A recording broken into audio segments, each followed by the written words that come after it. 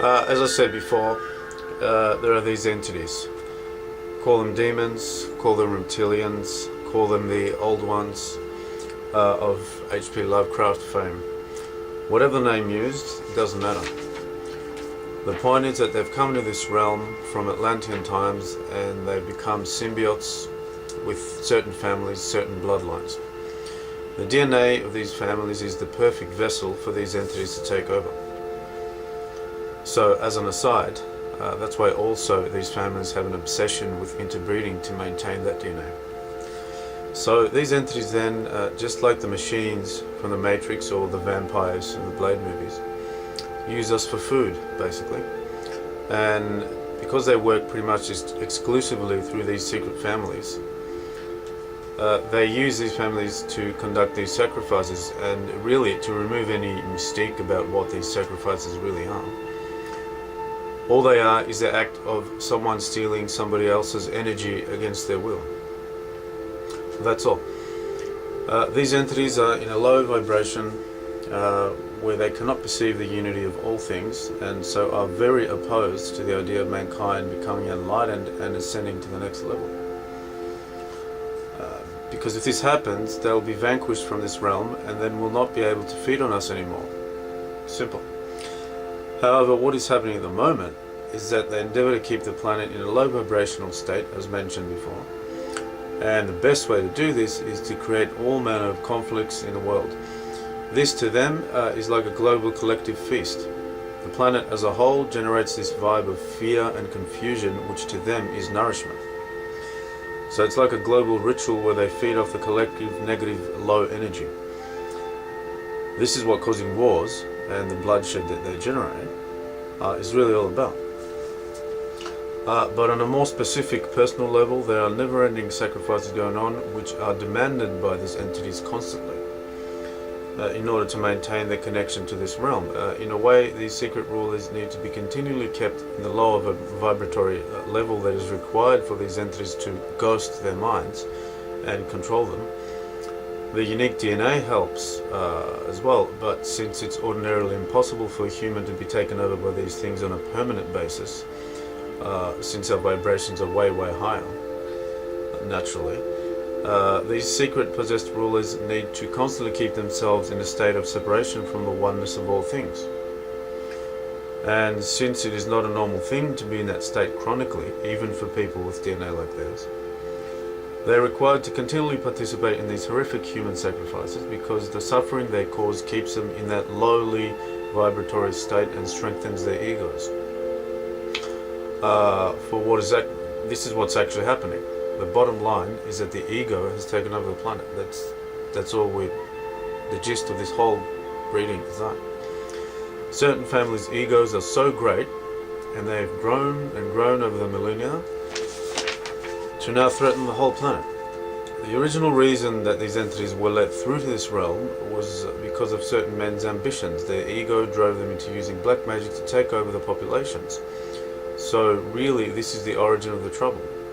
Now these entities that rule over the ego have now grown and grown and grown and have covered the whole earth with darkness. I mean, this sounds like something out of, Lord of the Rings and Sauron and all this, but hey, all these tales are based on the true concepts.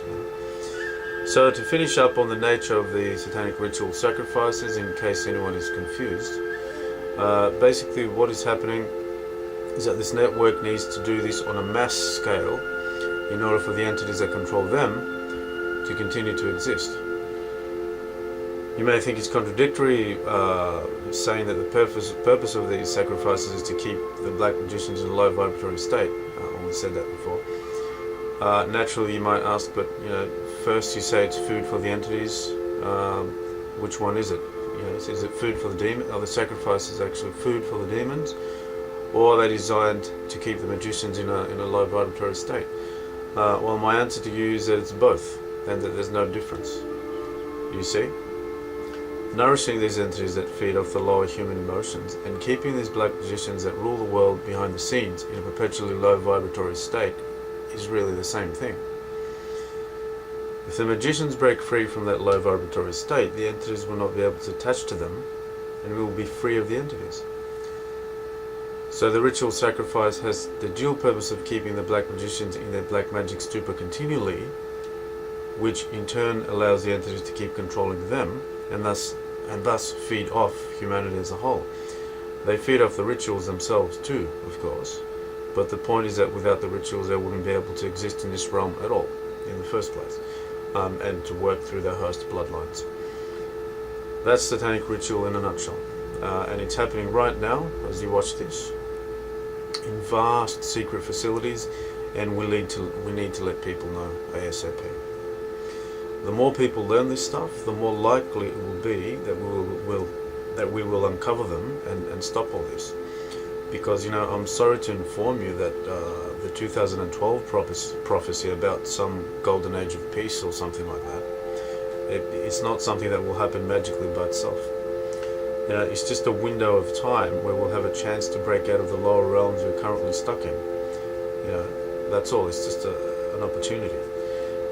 While this matches perfectly with the first videos, you know, all this talk about the whole thing being a game, inevitably there's this demonic reptilian thing that is intertwined with all this and must be addressed. You know, yes, it may be all a game that our higher selves have created. You know, ultimately, that's what it is. Like I'm saying in the Truth About 2012 videos. But if you see it like a computer game, let's say, well, this is the level we are at now. You know, this is the monster or bad guy we need to fight to get to the next level of the game. You know, who knows what obstacles we'll have to face after we get through this stage. You know, but all we need to focus on now is getting through this hurdle. Like I said earlier, whether you want to hear this or not, the cold hard fact is that the planet is dying, and 99% of the reason is not our collective egos. It's the overblown egos of these secret families that have overrun the world without anyone's knowledge. Well, very few people's knowledge. Anyway, the vast majority don't know about this. A, don't know about this. B, won't believe this is happening, but it's happening. So I ask you to do your own research in this matter, of course, and when you reluctantly figure out that something like this is really going on, then tell as many people as you can, and just as we said in the first videos, again, show them any and all videos, books, websites that have to do with this stuff, not just my stuff, everything. You know, everybody, David Icke, Stuart Swerdlow, Leo Zagami, Arizona Wilder, Credo Mutwa, you know, Michael Tessaron, and all them, anybody you can find, you know, and many more pop up. You know, when you do the searches, there's all these other videos come up on the side, and it'll just snowball. Where was I? You know, you'll when you stumble, sorry. Yeah, these guys are all right on the money. I mean, even though they may be ridiculed, even from within the New Age community itself. The reason is that mankind has an aversion to the ugly truth and prefers to make fun of the dark truths rather than face them. You know, just as we are reluctant to face the inner darkness of our own souls, we are now collectively as a race quite resistant to the cold hard fact that the planet is under attack by dark forces. We need not fight a war in the traditional sense with guns, but with information. The first video spelled it out. It's the information age. Our weapon is truth, and the more this info gets out there, the more the world has a chance. It's up to us entirely. For, you know, there are no set prophecies, you know, about 2012. We can't just sit back and say, hey, December 2012 will fix everything. You know, I've got nothing to worry about. You know, we must save the world through our own dedicated efforts. You know, we're given a window with this Aquarian age thing. That's all it is. It's a harmonious time to make a change, but if we don't get off our behinds and actively tell everybody we know, and I mean everyone, without worrying what they'll think of us, then we will not make it out, because the hour's already late, as it is, and the dark has almost totally consumed Mother Earth, or Mother, who is a living entity as much as you and any other people or pets or whatever that are in the room with you as you now watch this video.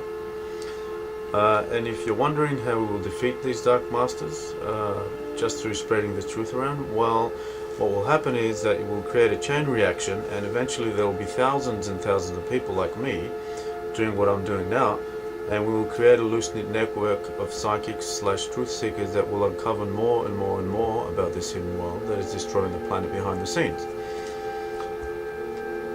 They won't be happy. They won't be happy, and there will be attacks on us, on the ones that do a lot to expose this. But that will soon die out, and the light workers will start to gain ground. I predict about a 10 to 15 year period where there will be a transitional. It will be a transitional phase, and after this, it will normalize, and we will be able to remove these people and take over the positions of power and make everything right.